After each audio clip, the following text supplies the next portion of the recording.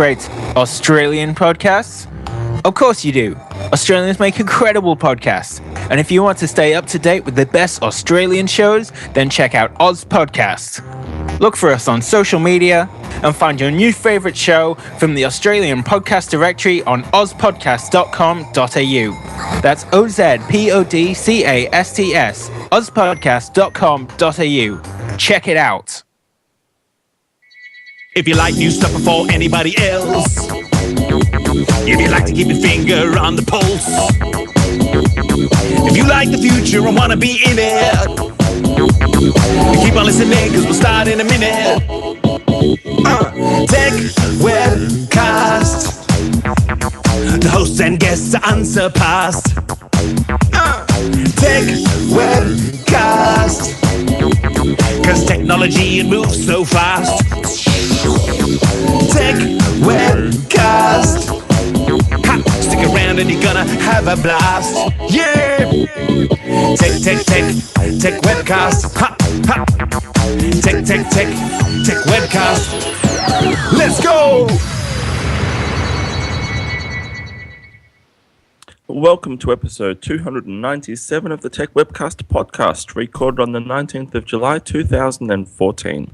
Techwebcast is recorded every Saturday at midday Melbourne time. Please rate us on iTunes and like us at facebook.com/Techwebcast. Follow us on our Twitter at Techwebcast.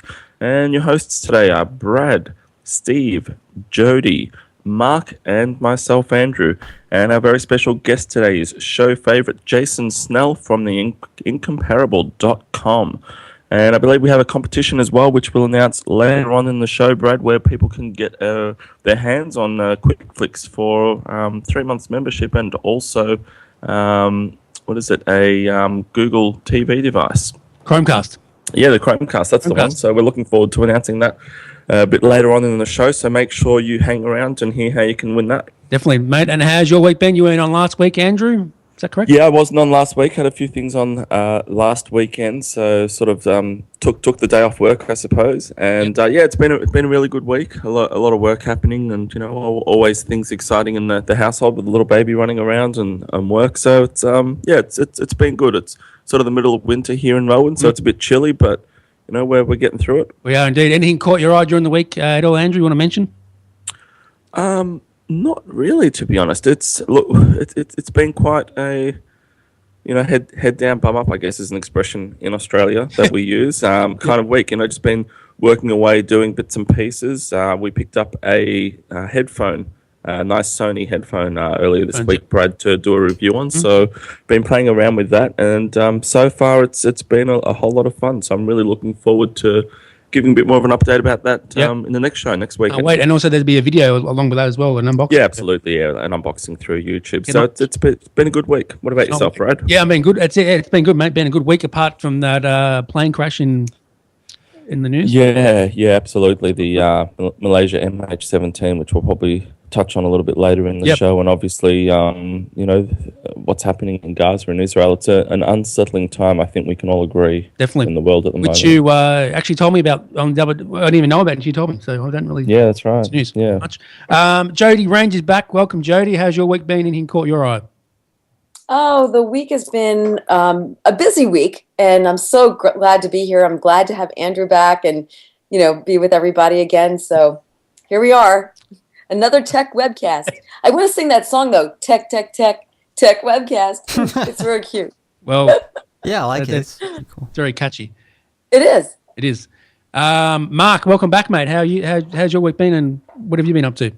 It's been pretty good, thanks. I've been pretty busy at work the past week. I started that blog which I showed you. Do you want to plug that? Mention that blog. Give us the link to that. What's the? Well, it's techdownunder.com. It's just thanks. It's just a bit of a blog where I'm going to post up a couple of articles a week. Whenever I get a bit of spare time, really. Yep, they're definitely. You get a lot of things to review, don't you? Or do you buy them, or they get sent to you? Some things I buy, some things I get sent to review, and obviously I can get a few things through my work as well that I can just borrow and review, that sort of thing. Wow. Okay. What sort of work do you do? I work Well, it's all a bit confusing, though. I work for a company that sells mobile phones and tablets online, and they're sort of I'm not sure if you've heard of a company called Yatengo before. I never heard of them. It's sort of an Optus reseller. It's a mobile phone reseller. Oh, yeah. And they're starting a new website next month called Yatengo Shopping, and I'm sort of, responsible for the marketing for that. Nice one. And you also reviewed the Fetch TV as well.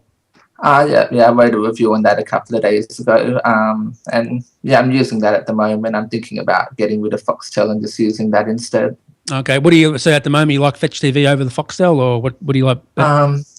Well, obviously, the box is a lot newer than the IQ. The IQ first came out in 2008, so it's pretty dated. That's pretty old, yeah. So the IQ3 will probably be better than the Fetch TV. Obviously, new devices are always coming out, though. The main thing that I like about it is, the value for money. I mean, $20 per month, 31 TV channels. You can't really complain. Right. Good stuff. Yeah, it's a pretty good box. Haven't had any major issues with it, just, a few small issues. Oh, okay. And you'll be getting the IQ3 when it comes out? I'm not sure. Well, I'm probably going to cancel Foxtel for now, though in the future, it looks like a pretty good box. A lot of the rumored features, look pretty great. So it will be hard not to stop myself from getting it now. I'm actually looking forward to the new BBC First channel, Mark, when it comes out on August 3, mate. Have you seen much about that? Yeah, some of the content looks pretty good. It's it's good that it's going to be in HD. There were a few people who were a bit upset about. Yeah, I've seen that. Yeah, I've seen that. Also, UK HD TV, that's gone. UK TV HD, that's gone. Yeah, I think they've moved that channel to the basic pack. There are a few people who are a bit upset about that. Yeah, and I think that's got something to do with bandwidth too. So people need to understand that Foxtel don't really have a lot of. Yeah, I think it's the satellite customers that are the problem. If it was all cable, then it wouldn't be an issue, though. Obviously, satellite's a problem. Yeah, well, yeah. No. Anyway, we'll wait and see what happens with the IQ3. Can't wait for that. Steve, welcome. Hey, how you doing? And it's funny that you mentioned Chromecast giveaway because if you have an Android device with the I think it's Android 4.4.2, you can screen mirror to your Chromecast device. You can indeed. And also, QuickFlip's just got an update for the Android as well. That came out yesterday, and if you're in Australia, check that out on the Android as well. Yeah. Steve, how's your week been? And anything you're all right? Yeah, it's been a great week. Just finished some friends moving yesterday, and that's about it. Doing my show today. Nothing extra special except for doing the Tech Webcast though. Yeah, definitely. This is one of the best shows, right? Yeah, of course. Yeah, I love your new guests. It's like a surprise every week. Mate, some of the guests we've had on over the past year. Yeah. What's your favorite been so far, Steve? Oh, geez. It's really hard to say just one person. It is they're all so special to me. Say all of them. Just say all of them. Yeah, all of them. Yeah. Also, we got Jason on. Welcome, Jason. Well, no pressure talking about how great all your other guests have been over the years, and then you introduce me. Hi, everybody. I hope I can measure Jason. up. No, I was going to say you. Well, we were going to say you. Yeah, you're one of the best guests so far. So, yeah. Well, let's go through it and see. We'll see how I do. And Jason, Brad did say you're a favorite. That is very nice. Yes, I appreciate it. That's no problem. I hope I don't screw it up and ruin your whole show. But no, you won't. I've seen you on podcasts and that. You do a great job, and that's why we want to get you on. The miracle it's good to be editing. here. No problem. Okay, Jody, let's get some news happening, and let's play this. Here's the news.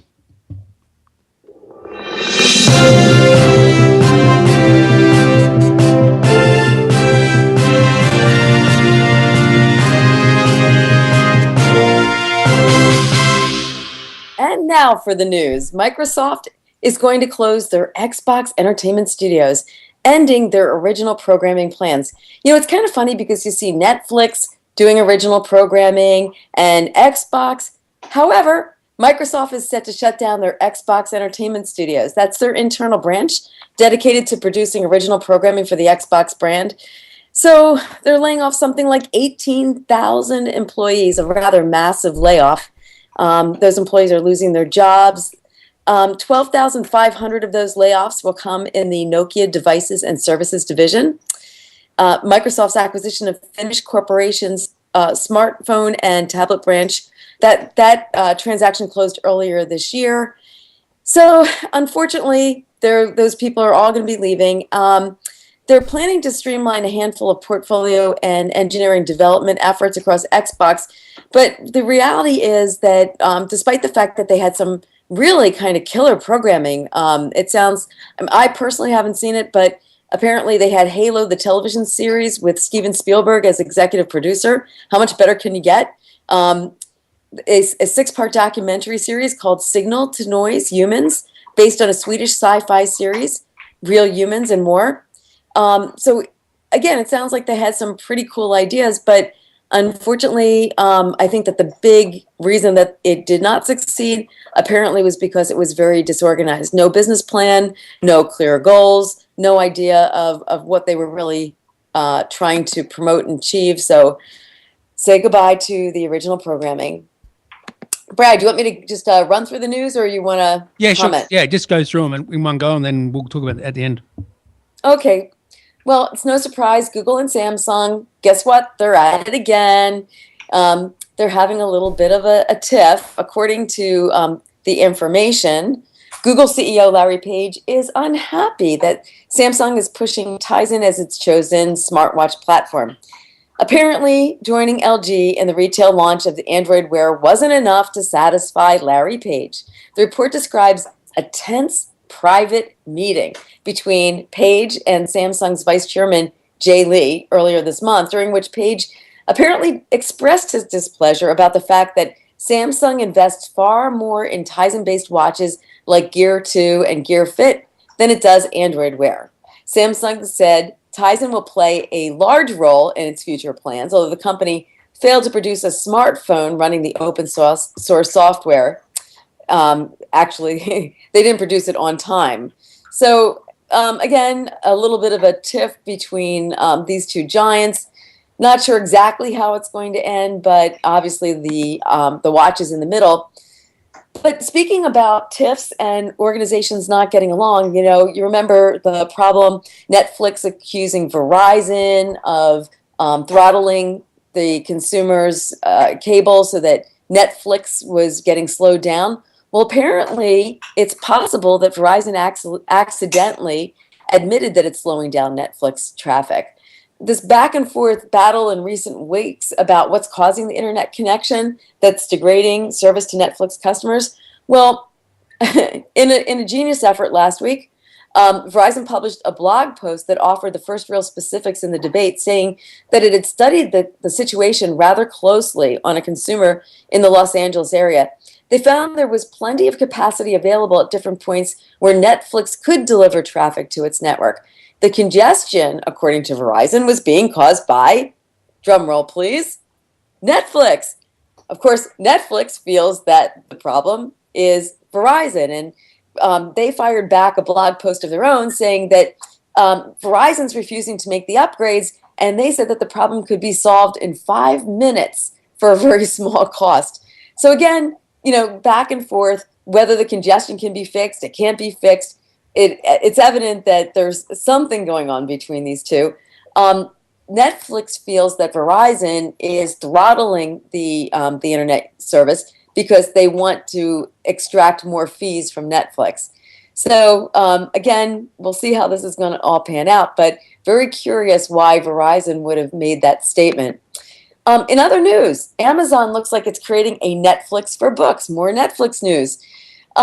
Amazon, which has kind of like a corner on the market for ebooks, even though there are other competitors, I think, with the Fire and the Kindle, they've really done a great job in terms of making their solution really the solution you think of first. And now they're going to make it even harder for book lovers to quit Amazon. Apparently, there's like a little sneak preview of something that's called Kindle Unlimited. It's kind of like Amazon Prime on steroids. Amazon Prime is $8.25 a month. This Kindle Unlimited would retail for $9.99 a month, and it will offer unlimited access to more than 600,000 titles and 7,000 audiobooks. So a little bit of a killer for the other products on the market. Interestingly enough, Amazon did pull down all references to this Kindle Unlimited that were showing up on their blogs, but it did kind of sneak out. So I guess we're going to have to take a wait and see approach for that one. Now, original programming, everything you need to know about why Microsoft is getting into the TV business. In a article that kind of contradicts the first article, Xbox Entertainment Studios has begun development on a production slate of scripted reality, documentary, and feature programs that will begin to roll out on Xbox consoles this summer and continue indefinitely. Microsoft calls them Xbox Originals. These projects will eventually capitalize on Microsoft's library of properties, even though most of the shows presented at the media briefing were smaller endeavors. But wait a minute, most people think of Xbox as just a video game company, but no. In fact, a lot of people use the consoles for streaming movies and kind of almost like you would use your Chromecast or your Apple TV. You can actually stream through it. So evidently, they're looking at something like 48 million subscribers that incorporate both silver and gold. And they're looking at doing some original programming. And speaking of original, okay, if you happen to be in New York, you might have come across a Nike vending machine. The thing that was unusual about this Nike vending machine, number one, was it was put in kind of like a secret location. It just kind of popped up overnight. But number two was that it had free swag in it. Now, the term free might sound a little bit weird. The type of swag that you could get were things like socks and caps, all probably branded with a Nike logo. But in order to get the swag, what you had to trade for it wasn't bucks, but instead it was fuel band points. And the kicker was that those fuel band points had to be earned that specific day. Rumor has it that this machine is going to be moving from spot to spot all over New York. It's kind of a creative way to get some buzz going. I'm sure they're getting a lot of tweets, a lot of social media mentions.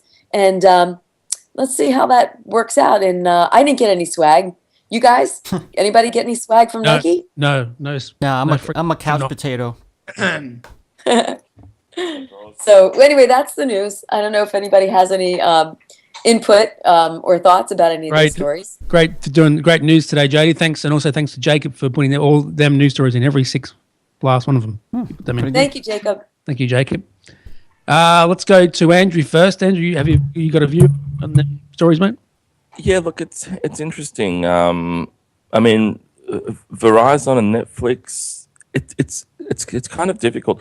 Netflix are using Verizon's channel. You know, people pay $50-$60 a month to use Verizon Internet.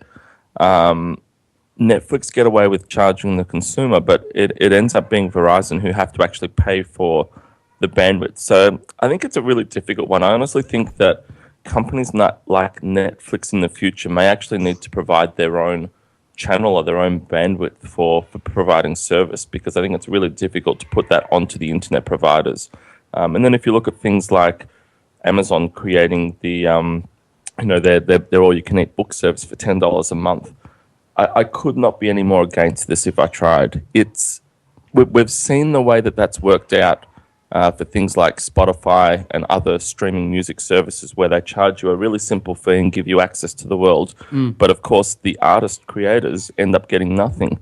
I mean, if you look at a book to download, $2, $4, $5 to download a book.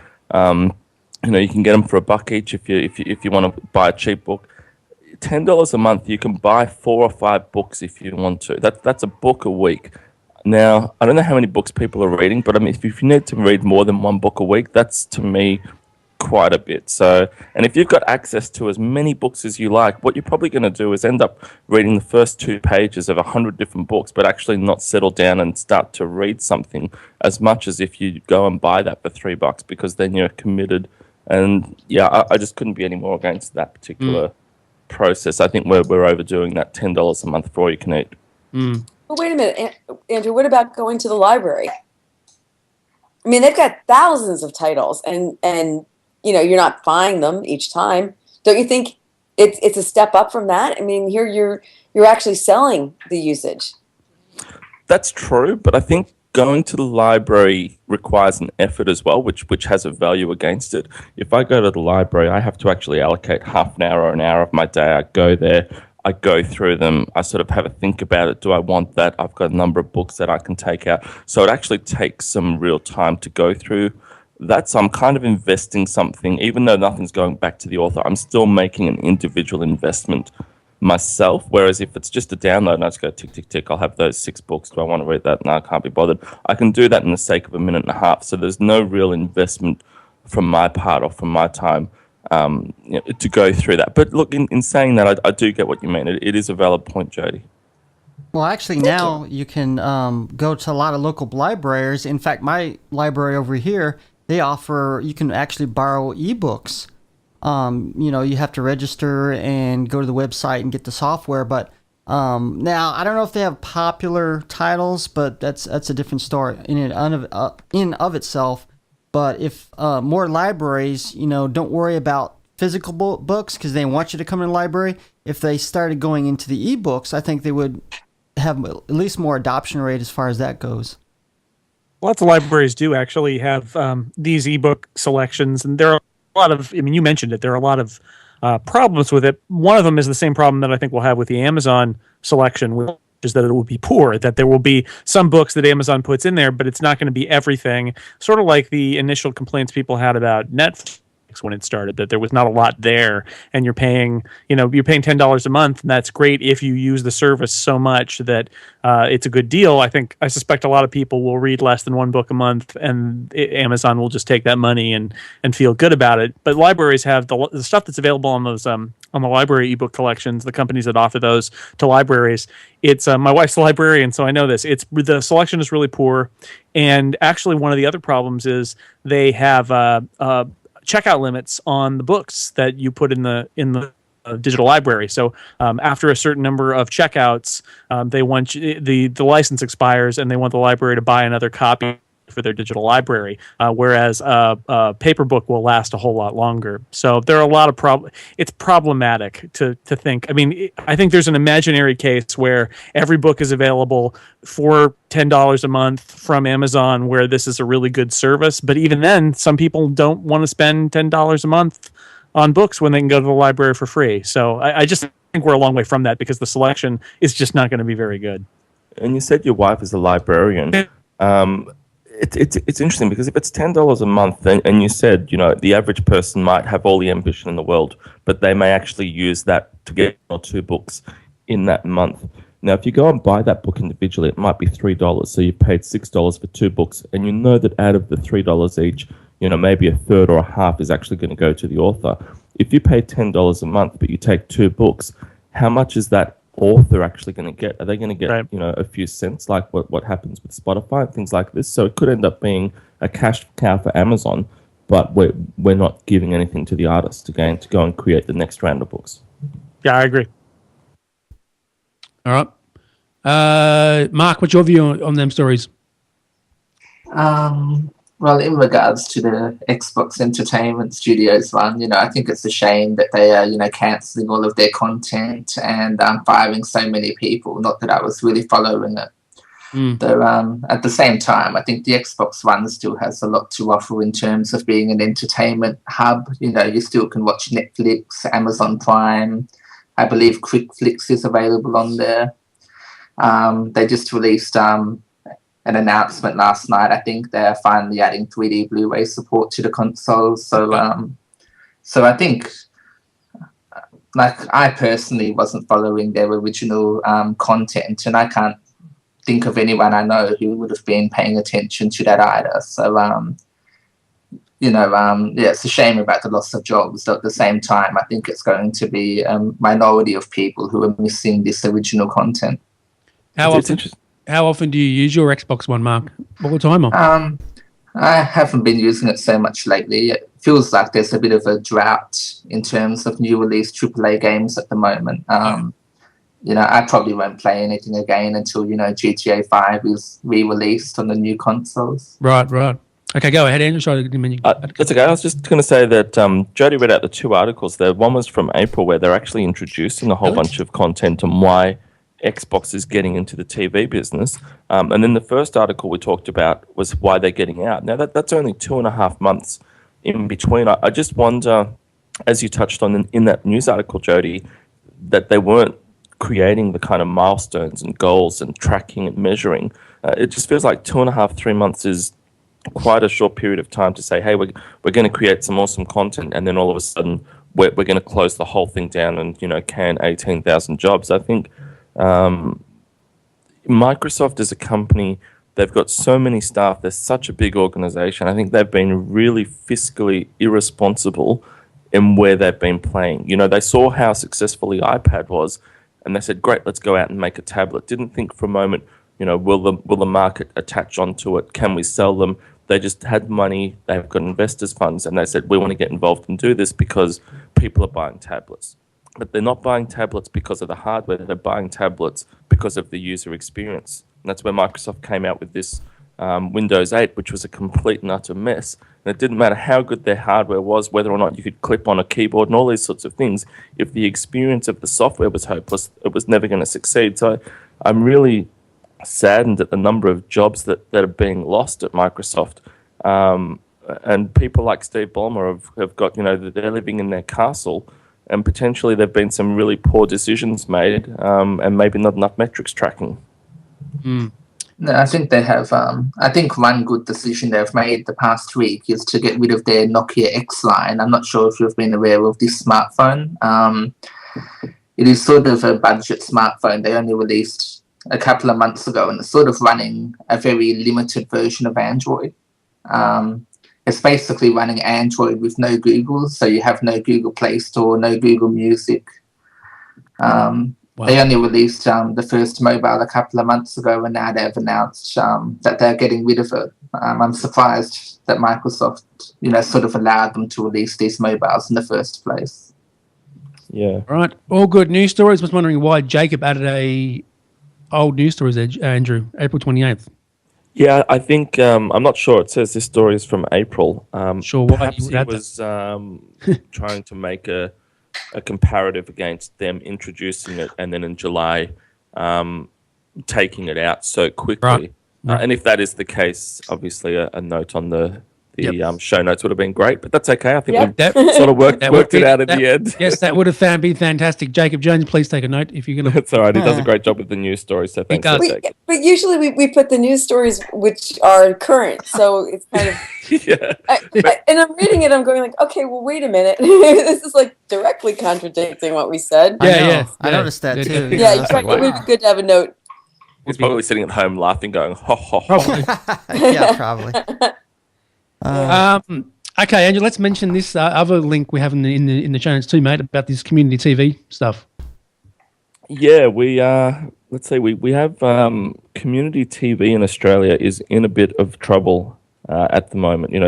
Shows particularly like Channel 31, which is a favourite for a lot of Melburnians, is drastically under fire because of I think Malcolm Turnbull and other politicians are looking at actually pulling the funding out from underneath. I think they forget that a lot of people, when they get home, they like to watch community TV because it's something to which they can relate to. Some of us like to watch the big Hollywood drama and, Chicago Fire and whatever else is happening. But some of us actually like to go home and watch something that doesn't have that production value. That's just a bit simpler, and a bit more relatable. So it's disappointing that that's happening at the moment. And as you pointed out, Brad, you're a huge fan of Channel 31, which is community TV. Yeah, I love it. Do you watch very small?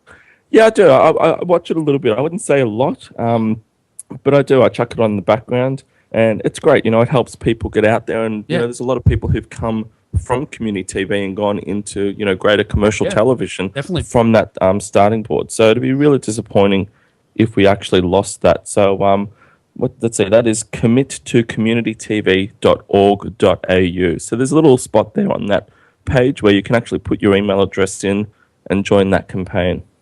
And you can send an email to Malcolm Turnbull. Yeah, that's correct. You can send an email through, and you can also commit to the campaign that they've got going on there. There's no money required for that. It's just a case of sort of putting down your name and saying, I'm against this closing down of community TV.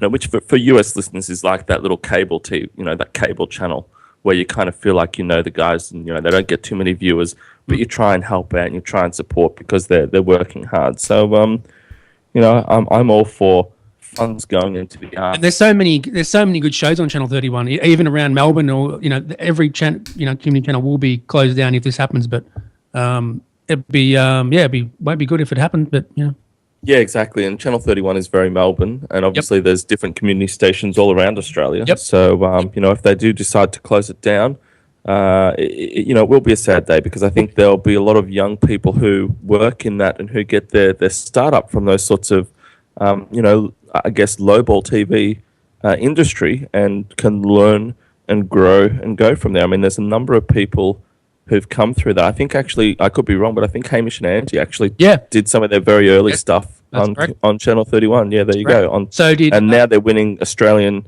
what is it, Gold Logies, which is the #1 TV award. It's like winning an Emmy. Is it an Emmy in America? I'm not sure. Logie, whatever, I'm not sure. So did Dylan, he was on Channel 31. That's where he got his... yeah, absolutely. Work. So again, that address, jump over there, is committotocommunitytv.org.au, and show them that you've got your support. Definitely. Mark, what about you? What's your view on that story? Do you watch much community TV in Brisbane, or do you... In all honesty, I haven't watched it in a very long time. Though I believe we have Reels 31 up here. I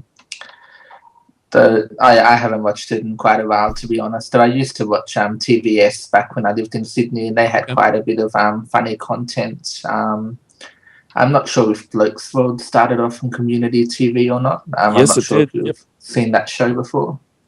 It did start off on community TV, and I'm sure, as you said, Mark, that you're not really watching it at the moment, but I'm sure you support the idea. I definitely support the idea. I don't think that we should just be going and getting rid of it to make the budget look a little better short term. Exactly. What about you, Joe? Do you have a community channel on your cable network or over the air? Are you asking me? I'm sorry. Yeah. Actually, we have what's called local access, and a lot of municipalities or the smaller government entities will run local access, and it's used a lot for the schools. Wow. To broadcast municipal meetings, things of that nature. And then we also have public broadcasting, which is a national endeavor. It's actually subsidized by I believe by the government, and then they were responsible for programming like Sesame Street, a lot of educational and valuable information type programming. Interesting. You can sort of have that in Australia too, as ABC and SBS, their I guess public broadcasting channels. So similar sort of thing. There's an echo from you. Echo. There's echo. Steve, what about you? What's your view on that? What do you think about community TV, television? I think, of course, here in America, I think we can't just get rid of it. It's part of the federal regulations that for cable and television channels to have public access to be able to get into it for community service and local news and emergency use or something like that. So, it's kind of sad that it's, I guess, going away in your area. Yeah, it is. Well, it hasn't happened yet, but yeah, it will happen at the end of the year if it does come through. But I just hope it doesn't. Jason, what about you? What's your view on it? Do you have an opinion on this at all? Well, I think almost every cable station or cable company in the U.S. has a local access channel, and we have one too. I actually used to put videos on my public access channel when I was in high school. My friends and I made videos and we put them on. It's fun to have it. It doesn't get very well watched, although in some cities it does. Like in San Francisco, that's where all of the board of supervisors meetings go, and it serves a really deep, distinct civic purpose. In other places, less so, but. I think there's a value to having that, although that value has decreased a lot with the with the advent of the internet for this, for access for some of the stuff, and it's less important. But there are still people out there who don't have access to the internet, and maybe they can go to a library or something and get that access. But it's still out there, and the whole HD transition has really swept a lot of this stuff away. Where we've got all the high def channels now, and they've migrated over, and the cable access is never going to be a priority for the cable company, so it just sort of gets stuck off on those channels that nobody's watching anymore. Do you have cable TV, Jason, at home? Yeah, I do. Okay. Do you watch it much? I watch the cable TV much. The local access almost never. I'm actually more likely to watch the internet stream of the San Francisco local access because there are controversial things that happen in San Francisco that are interesting to watch. Cool, good stuff. All right, Andrew, let's mention this giveaway first up. Yeah, we have a giveaway thanks to our good friend Stephen, who is the CEO of QuickFlix, and Blake down there, who's helped us put together a 3-month subscription to QuickFlix in Australia. So that's 3 months, 90 days, about 2,000 hours of QuickFlix viewing. And in addition to that, Brad, you and I have bolted together and grabbed a Chromecast that we are pushing out with that. So you can get yourself 3 months and a free Chromecast to QuickFlix, so you can pair that up with whatever Android devices you've got, or your laptop, or whatever you're doing, iOS, and push that QuickFlix straight through onto the big screen. So this is a fantastic offer, a fantastic giveaway. And if you want to get your hands on that, all you need to do is be an Australian resident, and you just need to jump onto the Techwebcast Facebook page and click on the like button. And if you've already liked Techwebcast, just simply leave a comment on the Facebook page. So if you're new to it, jump on there, click like, and leave a comment. Or if you've already liked it, just leave a comment. What we want to know is what show, what movie, or what TV show would you look forward to if you are chosen to receive that wonderful giveaway from our friends down at QuickFlix. So just let us know, put a comment up on the Tech Webcast Facebook page, and let us know what you would love to watch on QuickFlix. Great giveaway. Thanks, Stephen Langford and Blake from QuickFlix for supplying the 3 months free. Yeah, absolutely. And we'll grab those responses, those posts, Brad, and we'll just sort of randomize them a little bit so everyone has the same opportunity. And we will literally pick one out of a hat next week and see how we go. So jump on there. There may only be half a dozen or 10 or 4 or 3 or 20 people put a post up there. So we will literally pick one out of a hat next week and find a winner for that one. Okay, so that's going to go for 2 weeks or a week? How long do you want to make it, Brad? Do you want to make it 2 weeks? Let's do it for 2 weeks. Let's do 2 weeks. Be fair, yeah. Okay, we'll do it for 2 weeks. We'll be fair, and we will grab a winner out of the hat. And I might even get my wife to pick one out of the hat, and we will go from there. We may even get Miles to pick one out. Get Miles to pick one out of the hat. There you go. He's honest. He's only 2.5 months old, so he's not corrupted yet. No. Yet being the operative word. Yeah, exactly. I wondered if someone would chime in and say that. Yeah, when he's 3, we'll have to take. You know, at sort of 3 months, it's like, well, hang on a sec. Yeah, right. So no, thank you again, as you said, Brad, to our friends at QuickFlix, and we hope that you guys support QuickFlix. They're an Australian company doing some really fantastic things, and you know they're trying to take on some heavyweights in Telstra with their service, who offer a great service as well. But so jump on board, and we look forward to having a look on the Tech Webcast Facebook page. What about Netflix? What about Netflix coming to Australia, Andrew and Mark? What's your view on that? Do you think QuickFlix need to worry about that at all? Or? I don't know. I think it will be made available in Australia, obviously. The rumour is early next year. Yep. Though at the same time, I think a lot of people will continue to use the VPN because we won't have the same content in Australia as the US. Exactly. So, yeah, I think people will, some people might choose to stop using a VPN. Some people who never heard of it will obviously sign up to the service. So I think the majority of people will keep the VPN. I think the most interesting thing is going to be the cost and just what actual content they have available. I'm pretty sure that there'll be different content available in Australia to obviously match the Australian market.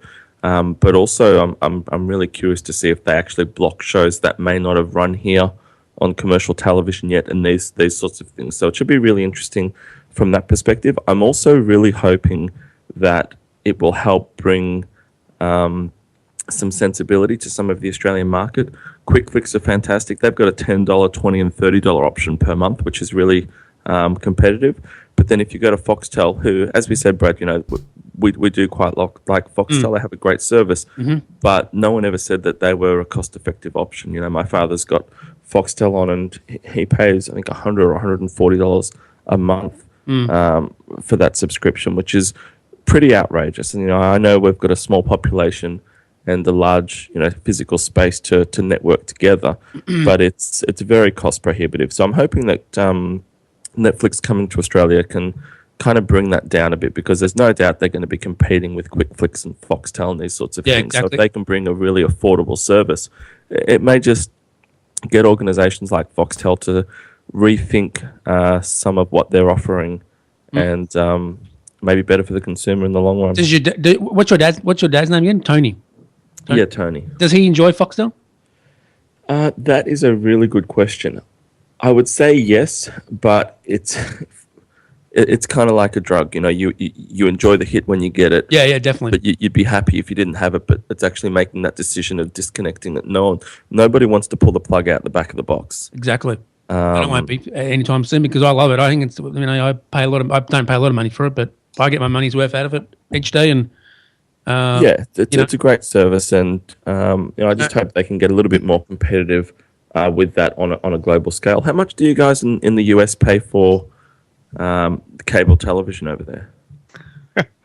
For me, it's who can tell, because I use Comcast, and they are amazing at obscuring what I'm paying, because I'm also paying for my internet and my phone through them. Wow. And when I used to get TV from satellite, they had an itemized bill, and when I switched to Comcast, I get this bill that's fascinating. It says everything. Here's the price, and there's no detail. There's no, I have no idea. It's really kind of fascinating how they do it. It's like your best deal is to buy a bundle, but they don't disclose what all the bundles are and what the options are, and on their website they don't say. So it's very hard for me to differentiate what I'm paying for TV from what I'm paying for internet. Although all told, I think when I was just doing internet through the cable, it was something like $60 a month. I'm going to say $65 a month. Cheap. It's not bad, although it was it's not super fast, but it's not bad. And also here, remember, Andrew, that Foxtel will be doing internet and telephone service as well. Yeah, I did hear about that. Personally, I'd prefer if they didn't. I'd prefer if they purely focus on what they're good at, what they have a niche, in the market doing. There's so many internet and telephone providers in Australia. Obviously, it's a profitable business, but I'd prefer if they just do what they do. All right, just one more question, and we'll finish up with Foxtel. Mark, what's your view on these ads and stuff? I've been seeing a lot of people complaining about ads, and I understand where Foxtel is coming from. What's your view on the ads and stuff? I think they are a necessity. They can't get rid of them due to the high cost of content. Yeah. So at the same time, I can understand that people get sick of watching the music channels, then seeing life insurance ads every couple of minutes. It's a bit annoying. So I understand why they need to do that. And obviously, some channels don't have ads, like the movie channels don't have ads. I'm pretty sure the sport channels, they don't have ads during actual games. I'm pretty sure. Yeah, that's right. There's no games on the Fox Footy. There's no ads on Fox Footy and all the movie channels and that sort of thing. No. Also, Sons of Anarchy season 7 is coming out, Andrew, too, in a couple of months. Can't wait for that, mate. Did you? Yeah, that's going to be really good. So looking forward to that. And there's a lot going on there. It is, Renee. Okay, we've got who's the guest today, Andrew? We'll jump into the guest straight away. Yeah, we have Jason Snell from the incomparable.com. G'day, Jason. How are you doing today? I'm doing great. Thanks for inviting me on. Not a problem. Thanks for being on the show. We love having you, and we want to hear a lot about what you've been up to lately. And the incomparable.com, it almost sounds like the big summer blockbuster movie. So talk to us about that.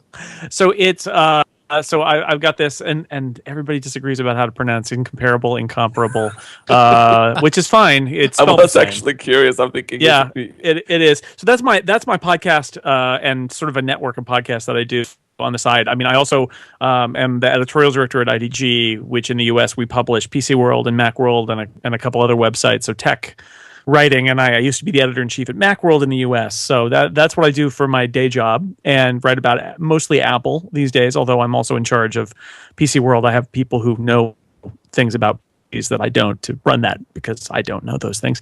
And then The Incomparable is really podcast about pop culture. So we've got the main podcast that I've been doing for about 4 years is about comics and books and movies and TV, and it's mostly kind of genre stuff that geeky people tend to like. And then we've got a few other podcasts on there now, a movie podcast, a Dungeons and Dragons podcast, a Star Trek podcast, and more to come probably down the road. And I do that in my spare time, and it is a huge amount of fun because I love podcasting, which is why I'm also happy to be here, because I really believe in the medium. So it's very cool. We love podcast. Andrew, he's just got in the podcasting not long ago. He loves it. Andrew, do you agree? I'm sure you do.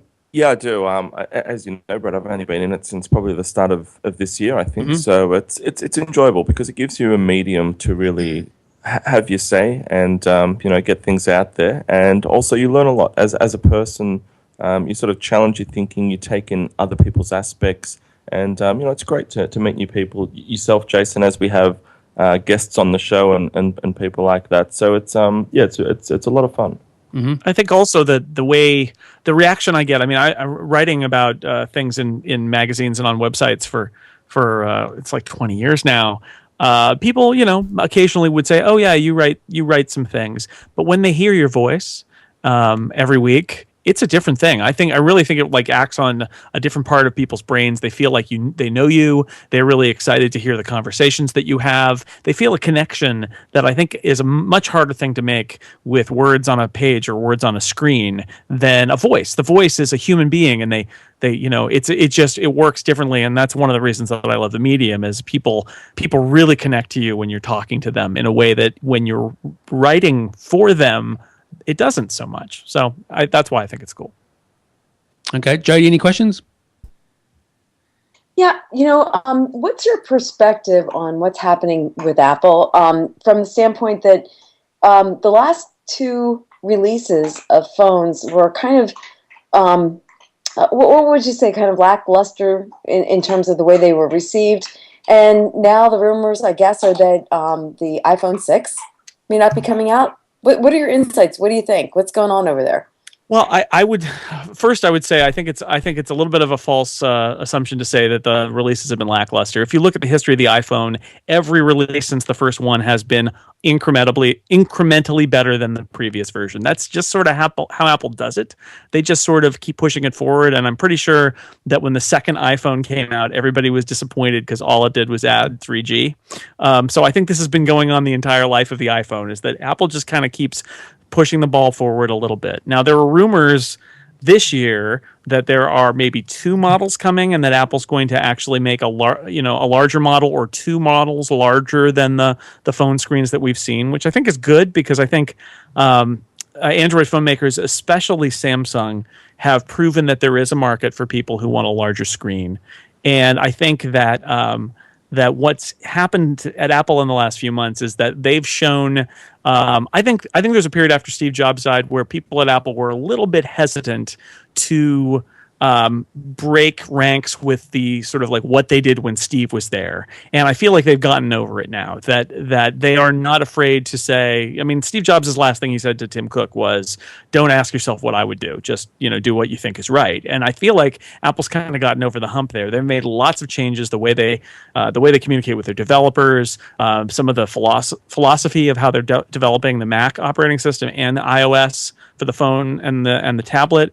They made a lot of changes there, and I think we'll see that in the phones this fall.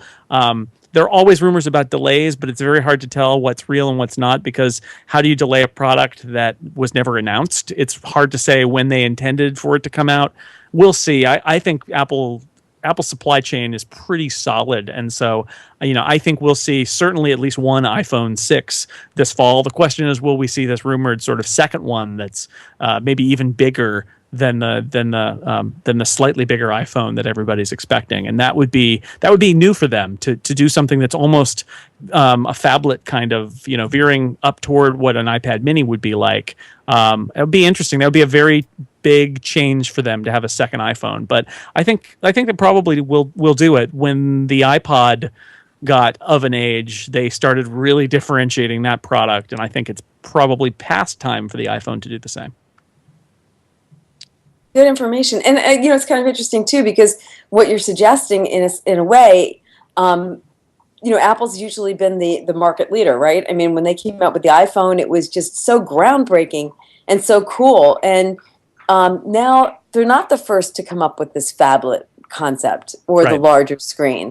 So, and I guess, maybe lackluster was the wrong phrase, but it's almost, but maybe not as innovative, not as groundbreaking as previously. Well, yeah. Everybody wants Apple to change the world every time they release a product, and this is sort of Apple's cross to bear. Is that they've done it. They've done it enough times that everybody expects it every time out, and it doesn't happen every time out. I mean, it sort of happened with the iPhone and the iPad and the iPod, but it doesn't happen, and the Mac back in 1984. But it doesn't happen every product announcement. But I think there's that they've made it so that that's the expectation, which is hard to live up to, and it's their own fault. But that's what they have to do. I think you're the other way to view it. It's interesting. It's totally true. They haven't had these bigger phones. Apple's product philosophy has always been like super simple. Like, we're going to have one of these, and it's the iPhone. And they've only had one iPhone. And when they've made other phones available for a sale, they were essentially like the older model, or now with the iPhone 5C, it's the older model with color, but it's still the older model. And Samsung, if you look at Samsung's approach, it's literally like, we are going to make a phone every possible size and just throw them all out there. And it's a very different approach. And Apple picked probably what was the right, if you're going to do one phone, make it this phone. I think they did that right. I think what Samsung has proven is that there is demand that's more than Apple thought for bigger phones, and that Apple, maybe when they picked their perfect size, maybe either they picked it too small, or they thought that it was going to be like a standard kind of bell curve of distribution of people's desires for phones. And it turns out there's way more desire for larger phones than they thought. And there's no doubt about that the advantage of Samsung is Samsung can put out 10 phones and go, okay, these 8 didn't work, but these 2 really worked, and then do more in that direction. And Apple was just like, nope, it's just an iPhone. It's the next iPhone. That's all we're doing, just an iPhone. And it's harder for them to do that. So in that way, I think they are learning from the lessons of Samsung and maybe somebody like LG about people's desire for these larger phones. I think it's interesting that you say that with the screen size, Jason. I really felt that when the iPhone 5S came out, they probably would have loved to have made a bigger screen size. Obviously, they always keep the 4, 4S, 5, 5S. They keep the same shell, but even then, there were people sort of talking about what are they going to do with the screen size. I think, as you said, they've probably been taken back a little bit by the demand for these larger screens. And you see a lot of online tech people, bloggers. I mean, Chris Voss particularly, he sort of, calls the Apple the girly device because it's such a tiny little screen in your hand, when he's got his Samsung 5S or whatever he's using. But I think something that they've done really well, though, is really work with developers on creating a comfortable environment for apps and things. Having operating systems that are easy, quick, simple, that you upgrade to. They've got 90% of handsets using the latest operating system. Whereas if you look at an Android device, it's a straight out 20% for sort of the last 4 or 5 distributions each, which is really difficult as a developer to develop for, because you've obviously got multiple sizes and then you've got multiple different operating systems. So it becomes an extremely expensive process. Whereas if you look at Apple for development, you jump in there, you've got to buy 2 or 3 devices. It's the latest OS that you need to work with. You can put something together and put it out there, and that's going to help bring their app store to life. And if people have got apps in the App Store, people will buy the device that runs with that. And you got it exactly right. And actually, the relationship with developers and the way Apple has approached this is one of the reasons why it's been harder for Apple to make a larger iPhone. Because with Android, the way the app development works, because there are so many different possible screen sizes, is it's all sort of based on this assumption that things are going to kind of stretch and slide around in order to fit whatever the screen size is. And with the iPhone, it was always one size. And then with the iPad, that was like 2 sizes, the iPad size and the iPhone size. And with the iPhone 5, they added it where, the phone might be a little taller, but there's still only like 3 phone or iPad shapes right now. And the problem is that app developers have developed perfectly for those shapes, but there's no like sliding or anything for any other shapes that are unanticipated. And Android has that. So if Apple is going to do different shaped devices, they have to make changes to the developers' tools, and that takes time because they didn't build their development tools to have dynamic layouts. They built them to be, you will build it pixel perfect for this iPhone and this iPad, and that's it. And in the last, so a year ago at their developer conference, they started to say, hey, we've got this thing that lets you do dynamic layouts. Maybe you should start using it. And this year they said, really, we've got this great thing that's got lots of tools for dynamic layouts. You should use this. And the writing's been on the wall that they've been telling the developers for more than a year now. We're going to have some devices probably that are sizes you don't anticipate. Start using these tools so that your apps won't look terrible when we come out with a bigger iPhone. And so in some ways they actually needed to lay the groundwork here for more than a year to get to the point where they could release a new iPhone without all the apps running in like a weird like black box for months until they got updated. So, and they've done that. So I think that's one of the reasons I'm pretty confident that we will see differently sized iPhones. But it goes back to the strength of their relationship with the developers and how relatively easy it is to make and test an app on iOS where there's so few variations versus Android, and they don't want to lose that, but that kind of boxed them in for a while, and I think they're maybe about ready to step out of that box. Yeah, it's a really good point. What's your view on a new Apple TV, Jason, coming out, do you reckon? Oh, I think it's totally going to happen because the old Apple TV has been around for so long now and they haven't updated it. I think what we're all debating, kind of in people who watch Apple closely, is for a couple of years now we've been thinking if Apple wanted to find a way to run iOS apps more directly on Apple TV so that they could use it as a miniature gaming platform, that would be really interesting because there's so many games on iOS. And I think we all still expect that they're going to do that sometime, but it's been a couple of years we've been waiting for them to do it and they haven't done it yet. I think, I wouldn't, I've said this the last 2 years though, so take it for what it's worth. I would not be surprised at all if they got some product out there by the holidays that will let you play games on TV, and it's all kind of iOS based, and iOS developers will be able to write games that will go up on the TV pretty easily. Yep.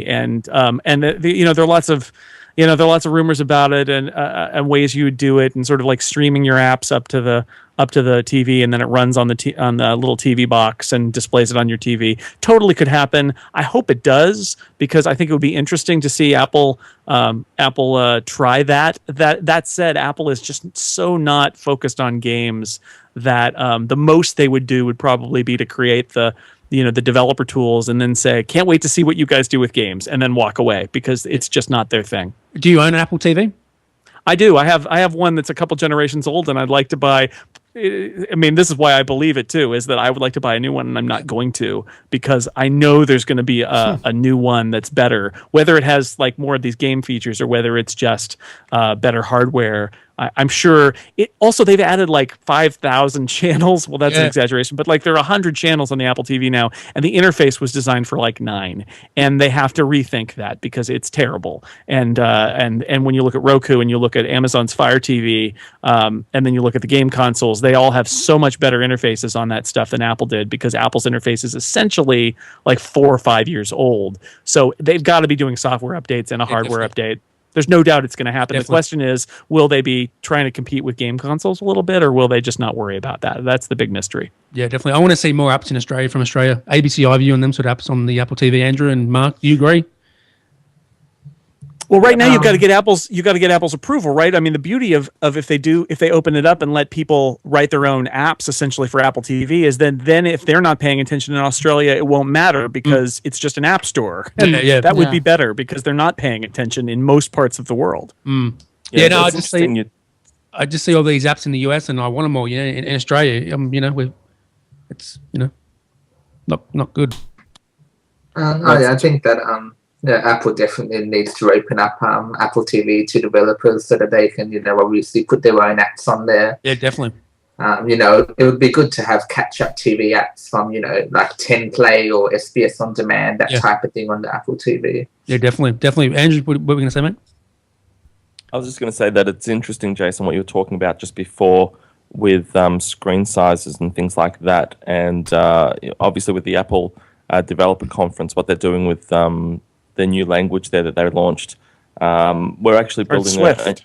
with Swift. Sorry, we're actually building a new app at the moment, and it's a lot of work working through that with Swift. They've also changed the way that you use camera orientations, which means that a lot of older apps will effectively break potentially when we go into iOS 8. So we're actually doing a whole lot of work at the moment around that with multiple interface sizes with Swift, obviously.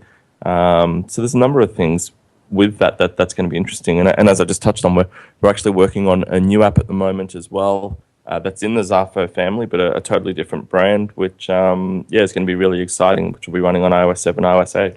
Can't wait to hear about that. Andrew, Steve, any questions for Jason?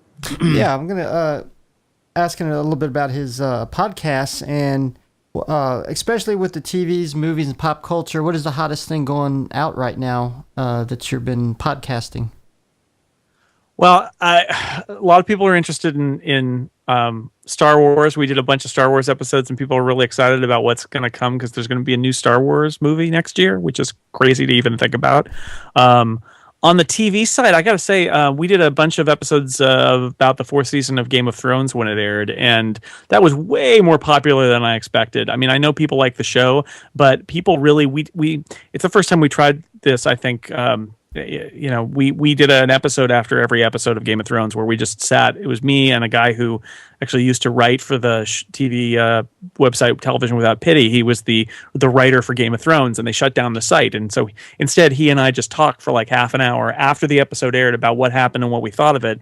And people loved that. It was like, I think that's really interesting, the idea that sometimes you want to talk about a TV show or a movie after you've watched it and there's nobody to talk to about it, and that you can listen to a podcast and hear people talk about it and like does something to fulfill some of the similar things. So, that was one of the big surprises I've had in the last few months, is that people really, really like the Game of Thrones thing that we did. And I think we need to look at doing more stuff like that because people seem to really respond. And I was on vacation one week, couldn't record the podcast. They did it with somebody else, and then I listened after I watched, and I was like, oh, I get it. This is really great to listen to people talk about this stuff after it happens. So well, I'm the same way as well. I mean, I finished watching a TV movie or something, and I may not get the gist of the ending or something. I'll go online and I'll look it up, and I'm like, oh, it makes total sense, And so if you get, people talking about it, you might pick up on some, new information or something like that about the background of the show or something, Yeah, every now and then I get an email that I love where somebody says, I hadn't even thought about that until you guys said, what if it's this? That blew me away. And I love hearing that, where we've gotten, us talking about it has gotten somebody to think about what they just saw or read in a way that they hadn't before. That's cool. I really love that. I think that's one of the values of talking about this stuff. Kind of like Talking Dead for Game of Thrones. Any more questions? Any more questions, Jody? Exactly. Jason, any more questions? Well, I think that it's interesting. I'm just curious. So, are all the podcasts yours, or do you incorporate other podcasts as well? So at theincomparable.com, what we did is we started, it started sort of by accident. We did the one podcast, and then we started playing. We thought it would be funny to play Dungeons and Dragons. Most of us hadn't played it in years, if ever. And we did an episode about it, and just for fun. And we thought it would be kind of a joke. And people were like, when are you going to play again? And we were taken aback by that. And so what we did is we moved it into its own podcast called Total Party Kill, which people still seem to like, which again, all of us are kind of baffled about why people want to listen to it. I think it is a bunch of people who are making jokes and having a good time. And I think people like hearing it. And then it's sort of spread out from there, where it's mostly, at this point, it's all the podcasts we're doing are people who are on my main show, The Incomparable, and then some of them have started some of their own podcasts on similar topics. And so we thought grouping them together, not only did I, a friend of mine and I built the website to support all of this, so it's really easy to add a podcast where not everybody has those kind of tools at their ready, and then it's people that our listeners already know and subjects that they already are inclined to like. So like the movie podcast is two guys from Lex and Dan, who are on my podcast a lot, and that show is they watch a movie that at least one of them has never seen before, a classic movie that one of them has never seen before, and they talk about sort of what do you think this movie is about, what do you know is in it, and then they watch it, and it's like, oh my god, I had no idea, because they'd never seen the movie. That's fascinating. And then Scott McNulty, who is a regular on The Incomparable as well, he's a huge Star Trek fan, and he wanted to do a Star Trek podcast. And so now we have this thing called Random Trek that is just, he has a list of every Star Trek episode ever made and a random number generator. And basically he spins the wheel and picks an episode, and then he and a guest watch a totally random episode of Star Trek and talk about it for half an hour, which is actually really funny. And they're very funny people that he has on. So, so it sort of grew out of the main podcast where we had so many people and so many subjects to talk about, and there was kind of not enough room to fit it all in. And it was, since I had set up the website for the one podcast, it was easy to kind of branch out from there. I think that sounds awesome. And I would definitely watch The Trouble with Tribbles. So. Oh yeah. Well, that's the thing, is it's random. So you hope for The Trouble with Tribbles, and then you get some really terrible Star Trek Voyager episode, and too bad, you got to watch it anyway. That's the danger. That's funny. Good stuff. Well, who's your favorite at the moment, Jason? How many people do you have working on the podcast at the moment on the website? Oh well, I mean, we're all doing it in our spare time, obviously. The Dan Morin is the guy who's been on the most, and he and I also host a tech podcast because we work together called Clockwise, which is like a 30-minute tech podcast. He's great. Scott, who hosts the Random Trek podcast, I'm really loving that because, like I said, he's picked a bunch of really funny guests, and there's a guy who's on the Incomparable a lot named Steve Lutz, who I actually went to college with. And he is just, he worked on our humor newspaper in college, and now he's like a computer programmer, and nobody knows who he is. And he is like one of the funniest people I've ever met. And so it's really funny to have him on because he is always making jokes. And he's in the Dungeons and Dragons podcast too. And that's always, just when you're about to get killed by an orc with a sword, he's there with some off-color joke, and everybody laughs. So it's a lot of fun to hang out with these people. I think that's at the core of why people like this stuff, is because it's a bunch of people who know each other and are having fun and making jokes, and people enjoy listening to people having a good time. Yeah, definitely. I agree. Mark, any questions? Well, I really like the idea of doing a podcast after every episode of Game of Thrones. I've only recently gotten into the show, watched every episode, though if you did that for the next season, I'd be keen to check it out. All right, we will. I promise. It was so good doing it for this season. We're definitely going to do it again. Oh, yeah, I'll definitely check it out when that comes out because, I only got into the show 2 weeks ago and already I've watched all 40 episodes. Once you actually get into it, it really grabs you in. I was watching about like 5 episodes a night. It really gets you in. And also, I see that you involved with Macworld and PC World and all that. I was wondering what your sort of tech preferences were. Like, are you more of a PC or Mac person, more of an Android or iPhone person? Well, you can probably guess. I've been using the Mac since I was in college.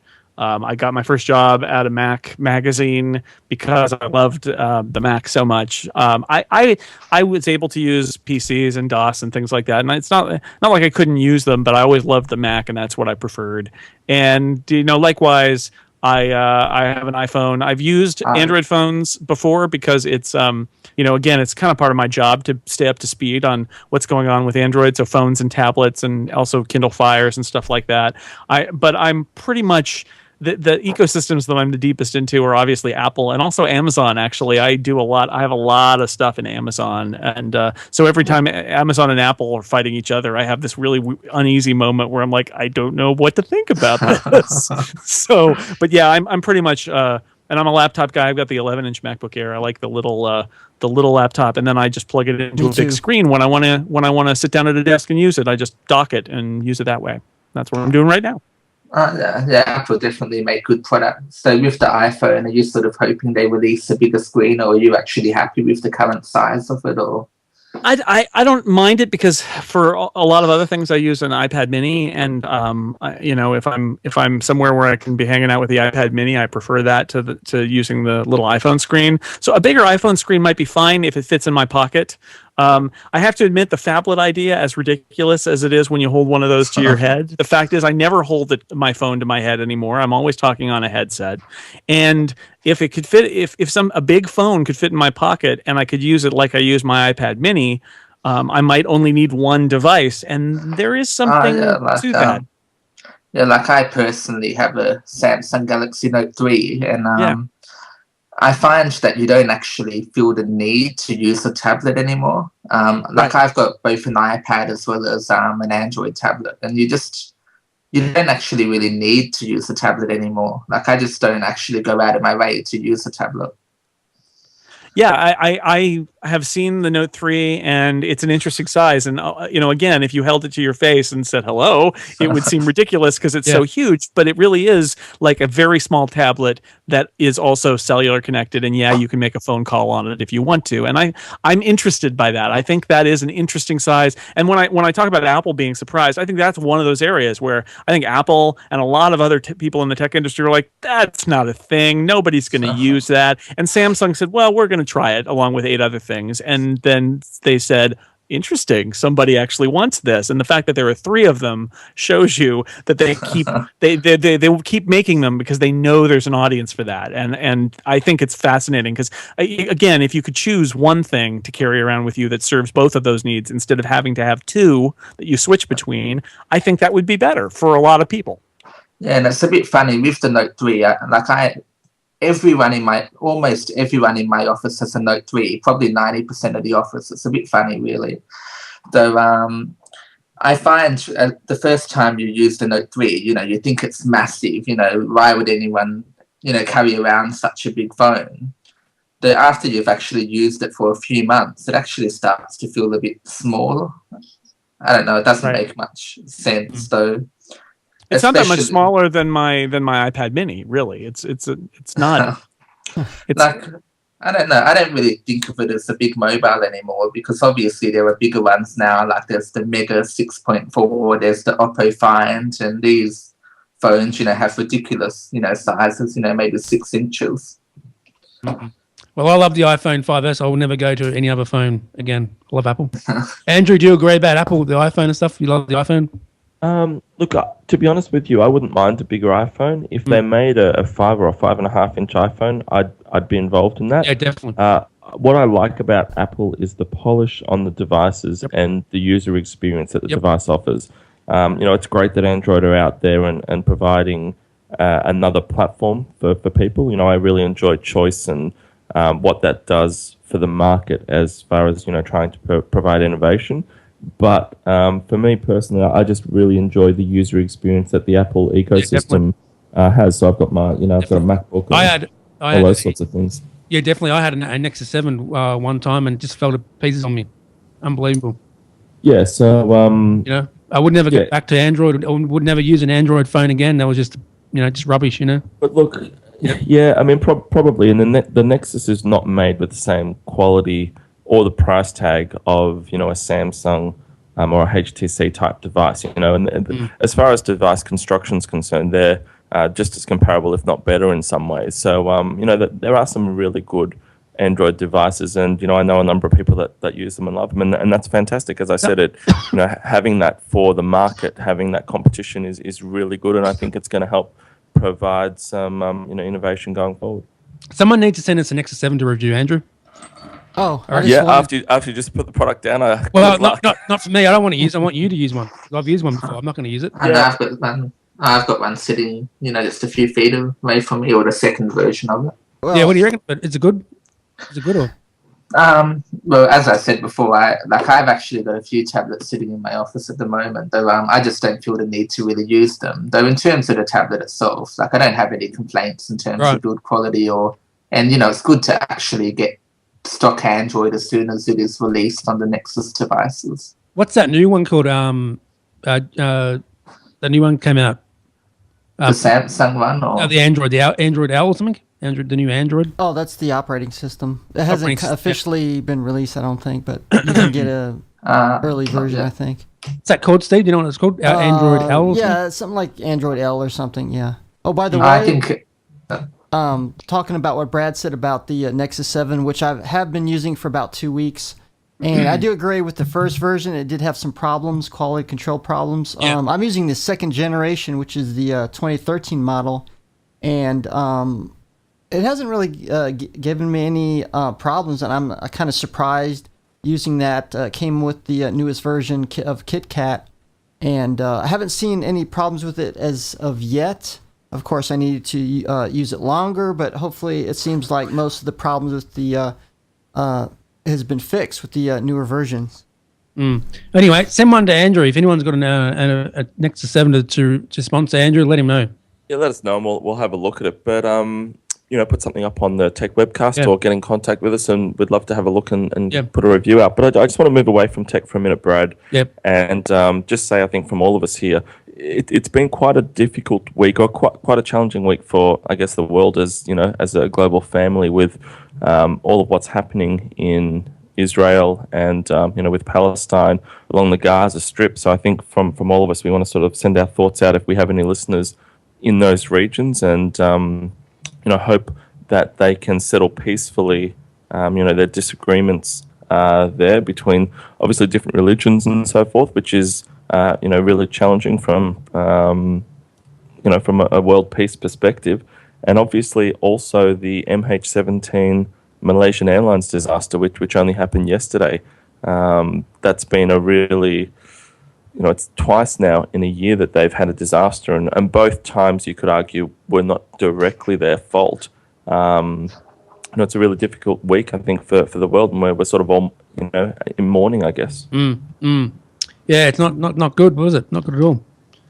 No, it's not. It's not. And Jody and I were talking briefly before the show about, I think on Twitter, Jody, there've been a number of images and things like that are going around of things that are, rather graphic. And, when things like this happen, it's kind of funny. We don't turn on the TV as much anymore, or we do, but we put it in the background. We don't consume it. We go straight to the internet. We look on Facebook. We look on Twitter. We look at CNN or NBC.com or news.com.au, these sorts of sites, and we try and get the most up-to-date information. But the problem is when that information is not going through a censored network and a source, when it's coming directly from the guy on the ground with an iPhone in their pocket, there's no censorship. So I think at the moment that we choose to actually ignore a censored platform is the moment that we actually line ourselves up for that sort of thing. Yes, indeed. Do you have a view on that at all, Jason? No, I felt the same way when I was actually reading Twitter when I saw somebody had retweeted, I think, a Reuters note about the airliner being shot down. And I always turn to live TV in the past for events like this. And I ended up not turning on the live TV because I thought they're going to not know anything right now.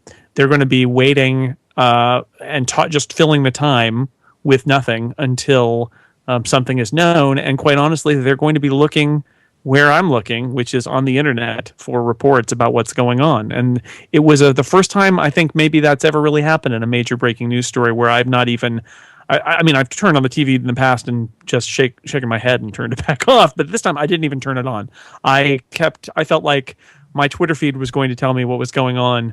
And occasionally I could pop into a news website and get a little bit more information. And I could go to the TV if I really needed to, and I never did.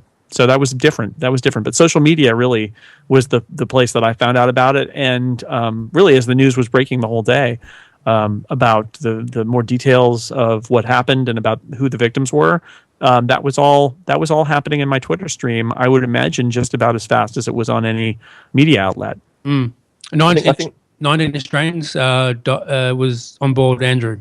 27, Brad. 27. Yeah. How many died? How many died on there? I think there were 295 or 298 total lives, and I think about 150 of them were from the Netherlands, so Dutch. And a number of Australians, and then there are about 8 or 10 or 15 nationalities represented. And it's interesting you say that, Jason, with the networks.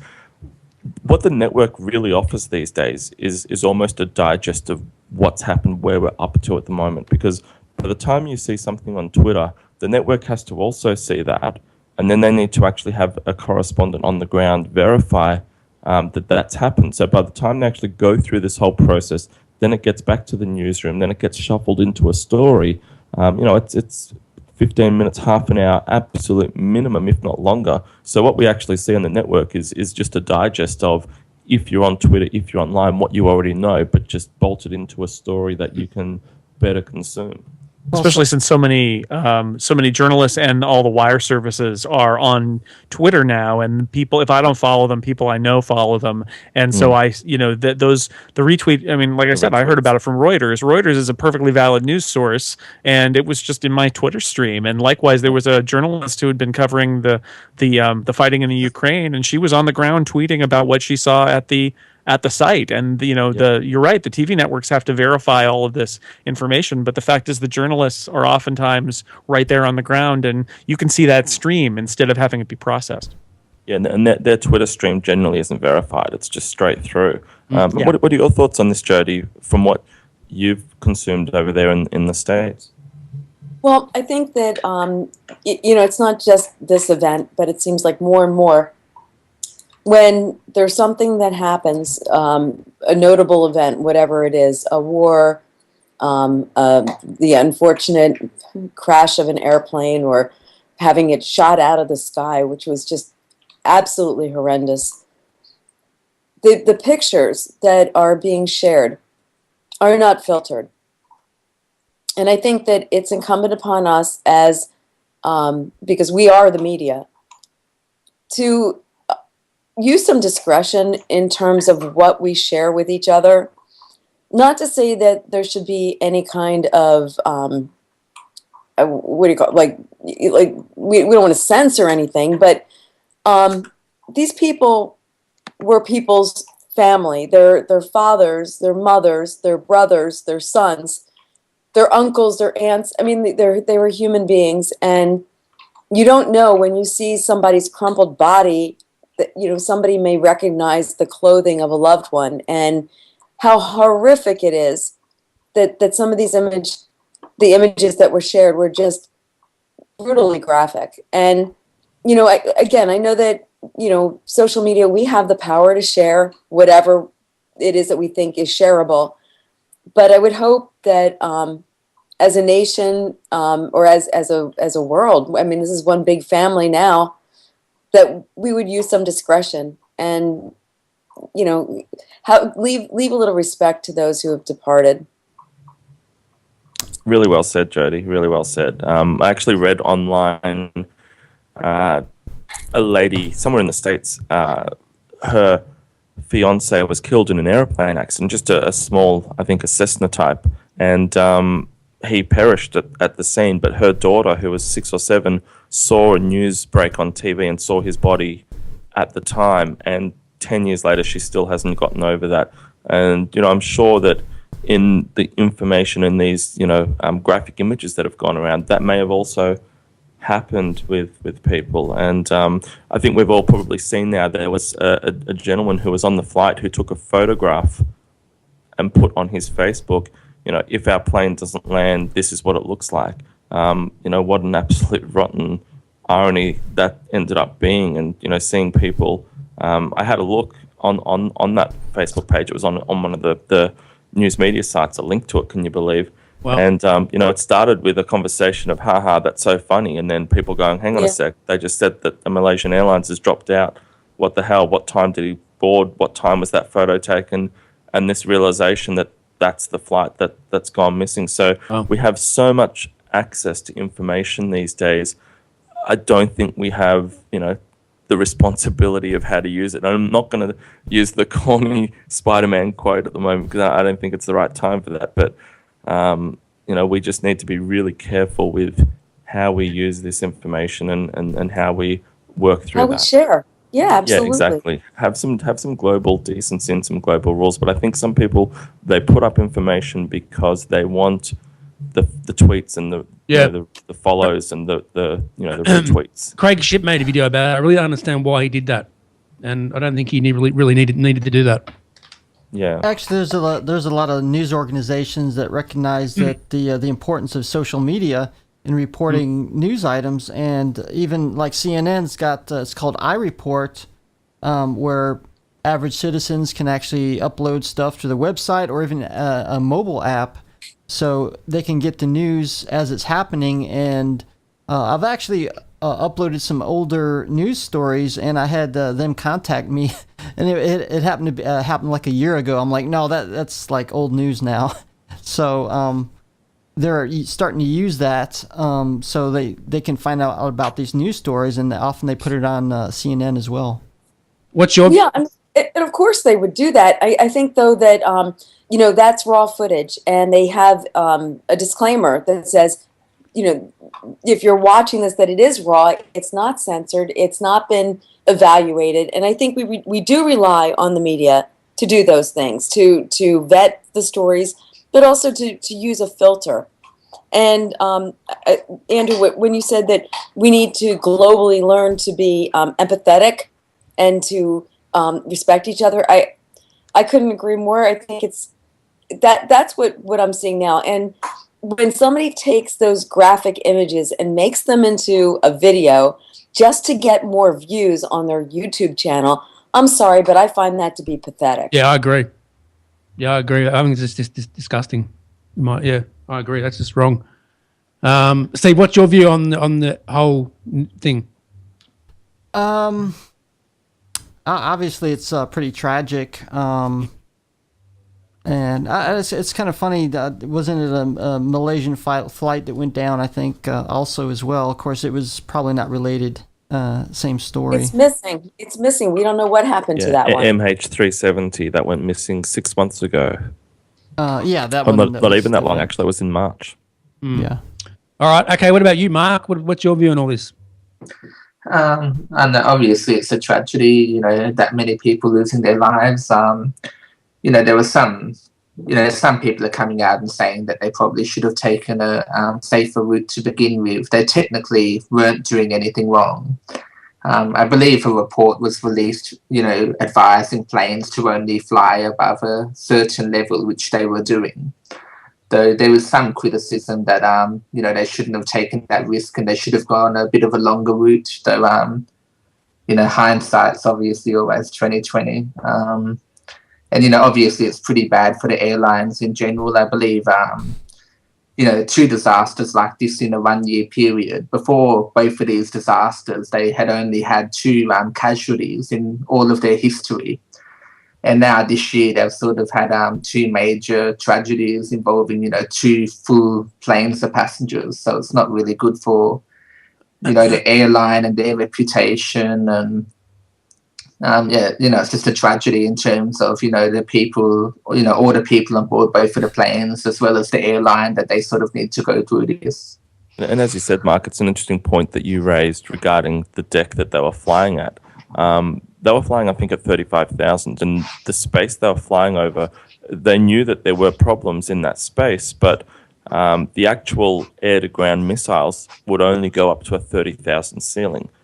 So they had no issues with, going over that. And I think they were at 33 or 35, so there was no problem. What they didn't realize at the time was that the guys on the ground had actually stolen a physical missile launcher from Russia only a couple of weeks earlier. So they didn't realize that ceiling had effectively been lifted from 30,000 to 60,000 feet. And, there's discussion now about Russia's responsibility and effectively not telling the world that piece of inventory had been stolen, which I guess effectively meant that whole area was then a hot zone, and not everybody sort of knew that. Now, airlines like Delta in the US had made a choice to fly totally around that space and spend more fuel.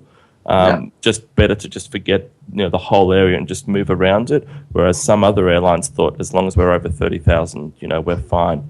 But as you said, Mark, it's not directly an airline issue. But now that they've had 2 major disasters, nearly 600 lives, it's going to be really difficult to see Malaysia come through it. Yeah, I believe their share price has dropped. I think it was about 13% as soon as the second disaster was announced. So they probably will find it hard to. We need to wrap up the podcast, Andrew. Jason, thanks so much for being on, mate. Thanks so much for having me. It was great to be here. Good to have you on. Where can they get hold of you if they want to contact you? Find me on Twitter at jsnell, or you can visit theincomparable.com or macworld.com, and you'll find me all over there. Yep, definitely. We'll check it out. Definitely check it out. Andrew, what's your final view of the show? And mention the giveaway one more time again, mate. Yeah, it's been great to be on the show again. I really enjoyed doing it, and fantastic to have you on, Jason. And Mark, it's been great to have some comments from you as well. I thoroughly enjoyed it. And if anyone would like a 3-month subscription to QuickFlix and a free Chrome TV, jump on the Techwebcast Facebook page and just let us know what you want to watch on, on TV using your QuickFlix subscription. Just let us know what show or what movie you're keen to have a look at. We will get little Miles to drag one out of a hat and pick a winner. And so we'll do that in the next 2 weeks. My wife just looked at me like, okay, fair enough. Mars is doing that job. And it's been really great to have you on the show again, Jason. Thanks so much. And if you want to get me, you can get me at on the Zarfo app at Andrew, or you can get me at Facebook and Twitter at Cunning Drew. And just a very quick plug before I go, check out something new I've been working on called Rewind at rwndapp.com. rwndapp.com. Give us a quick rundown on what that app's about at all. Can you tell us at all, Andrew, or not? Well, there's that old saying, I could tell you, but then I'd have to. Okay. All right. So I will be letting you guys know in the next couple of weeks, though. But if you want to jump on there, it's something that we're doing, which is very, it's short and fun. So basically, we're just trying to bring fun back. Yeah, definitely. What's the web link again, mate? Plug it again. Yeah, sure. It's Rewind App, rwndapp.com. Okay, and you're also on Facebook and Twitter. Yeah, I am. Facebook, Twitter, Cunning Drew. The Rewind, man. Oh, yes, it is. Yes, it is. Yep. So that's just something we've been working on as the Zarfo team for a bit of fun. Good stuff, mate. Can't wait to hear it. You can get me on Twitter, Brad Old and Tech Webcast. Jody Rains, what's your final view of the show and where can I get hold of you? Love being on the show every week. Thank you. Great to hear you again, Andrew, as always. Catch up with everyone. Thank you, Jason. Thank you, Mark. Thank you, Steve. And obviously Brad, who is amazing. Thank you, Jody. You can find me on Twitter as Sunswept, and most of the normal places you can find me as either Jody Rains or at my website webmarcom.net. And mention in the podcast yesterday. Yeah. Okay. Yeah.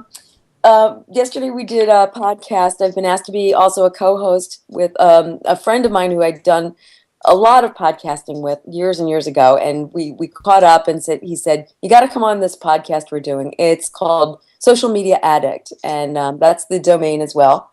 Hopefully, it's going to take off. I know he has, I think 7 or 8 podcasts that are canned. There's another co-host named Barry, but the gentleman that I've known forever, his name is Seth Goldstein. He also has a little baby, just like you, Andrew. So maybe we'll have him on Tech Webcast at some point. Sure. That'd be really good. Let's get him on.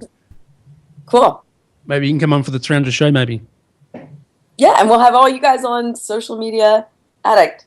Yeah, absolutely. And it's great to have you back on, Jody. It's been a lot of fun. I agree with Andrew, what Andrew said. Steve.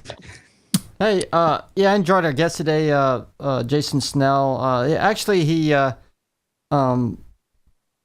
of substantiated some of my thoughts on the Apple Insight that he put in. I'm like, okay, that's what I've heard as well. So I'm glad he came on and kind of went over that some more. And you can find me on Twitter as Chatterbox_live. And also next week, we're going to have Russell on next week. Russell, he's from Melbourne. He's working on a startup and stuff, and he's going to come on and have a chat with us about that. So that should be good. Yep. Also, what else, Andrew? Vincent Brown, he's getting a new Mac this week coming up. It's going to be good. There you go. So there's a lot happening. So make sure you check in. And also, I'm surprised he's getting it before they make the announcement with the new models. Yeah, I couldn't believe it. He's getting it on this week coming into by the end of this week, I think. Whatever it is, I'm sure he'll love it. Good for you, Vincent. Yeah. New iMac, good on him. And also a shout out to Dan McDermott too. He did a shout out to this show on his show just before. So Google Plus week. Check it out. You check it out. Yep, check it out. Is Vincent on Google Plus week? What's that? Did you say Vincent is on? No, Dan. Oh, Dan. Oh, okay, Dan. Yeah, love Dan McDermott. And yes. Craig Ship's great. Craig Ship. Yep. Mark, what about you, mate? Thanks for having me on the show. Yeah, it was great to hear everyone's thoughts and opinions. You know, there were quite a few interesting topics mentioned as well. Mhm. And yeah, I can be found on Twitter at Mark David with 2 R's and 2 I's. I need to change that Twitter name. It's a bit too confusing. Yep. And I've got my new Twitter account. I only started a couple of days, which is at Tech Down Under, which is for the new techdownunder.com blog website. Great name, mate. Great name. Check Down Under. Great. Thanks. Down Under. Yep. That's it, Andrew. I think that's the show. Thanks so much for listening, guys. And thank you again for being on, Jason, and having your co-host, Mark. And we look forward to everyone coming back again next week. Yep. Can't wait. Thanks, guys, for being on. Appreciate your time. Thanks. Thanks. Techwebcast. The hosts and guests are unsurpassed. Techwebcast. 'Cause technology, it moves so fast. Techwebcast. Ha! Stick around and you're gonna have a blast. Yeah! Techwebcast. Ha! Ha! Techwebcast. Big ups to Andrew, to Brad, Jody, Steve, and Jennifer. Boom!